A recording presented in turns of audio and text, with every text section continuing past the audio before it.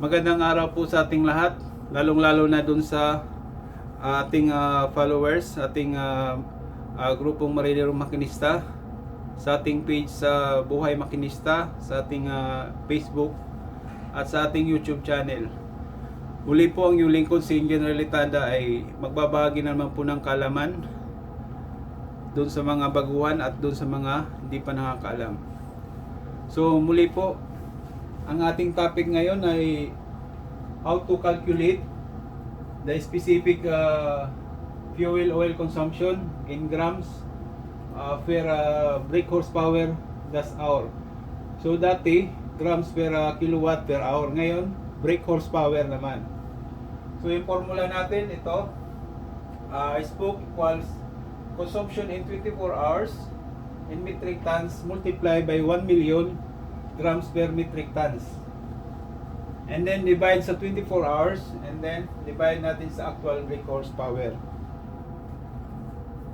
So ito yung given natin, consumption in 24 hours 17.22 metric tons, actual brake horsepower 5,571.91, and then 1 day equivalent to 24 hours. So ngayon po, isa-isahin po natin paano nakuha yung brake horsepower. Pinakita ko na yung mga nauna kong video, so i-review lang po natin. So pag umpisahan po natin, ang given natin MCR brake horsepower, meron po tayong 12,889 at 127 RPM. Okay? And then so minsan wala po itong sa instruction manual. So ang nakalagay po doon is kilowatt. Halimbawa, ang kilowatt ng main engine namin is 9,480 kilowatt. So ang 400 yan, 9,480 kilowatt. Gagawin nyo lang po, multiply nyo lang po sa 1.3596. Yan. So, ang ating magiging horsepower niyan, kasi ito, brake horsepower, equals, kasi 1 kilowatt equals 1.3596 brake horsepower. Pa-cross out ang kilowatt, so magiging 12,889 brake horsepower na siya. Nagsilagay na rin yung turnbuckle, no? Tapos mayroon na tayong brake horsepower sa kilowatt, true kilowatt, based on kilowatt. So buburahin na natin yan. So kukunin naman natin yung load. Yung main engine load, pwede mo rin makita doon sa telegraph monitor, doon sa main engine telegraph monitor na 43%. Nakalagay doon 43% load. So pwede rin natin i-compute sa pamamagitan ng RPM. So 96 RPM, actual RPM 0.03 cube, and MCR RPM na 127 cube, and then multiply lang po natin yan ng tatlong beses, yung 96.03, 885,565.70. Divide natin sa 127, i-multiply din natin ng tatlong beses, so 2,048,383. So i-divide po natin yan, magiging 0.4323% or 43%.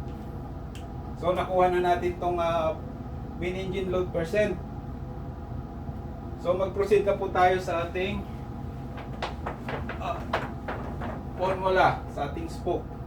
So sabi niya, consumption 17.22 metric tons multiply 1 million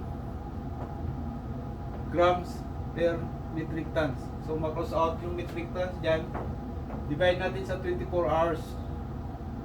Okay, then divide natin sa actual brake horsepower na 5,571.1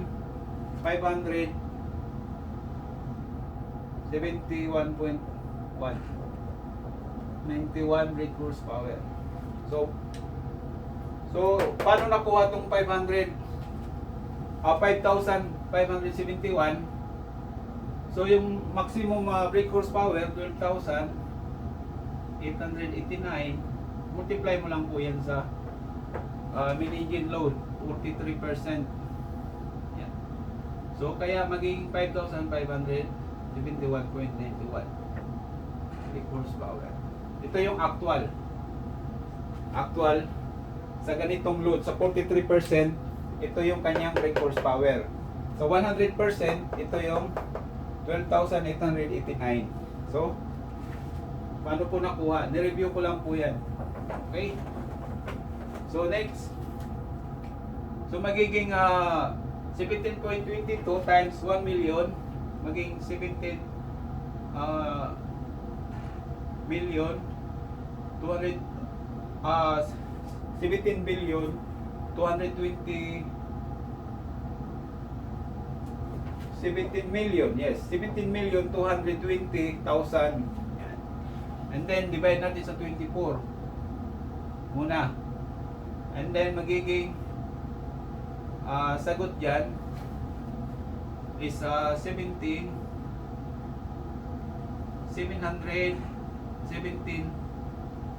500, di ba? Tama?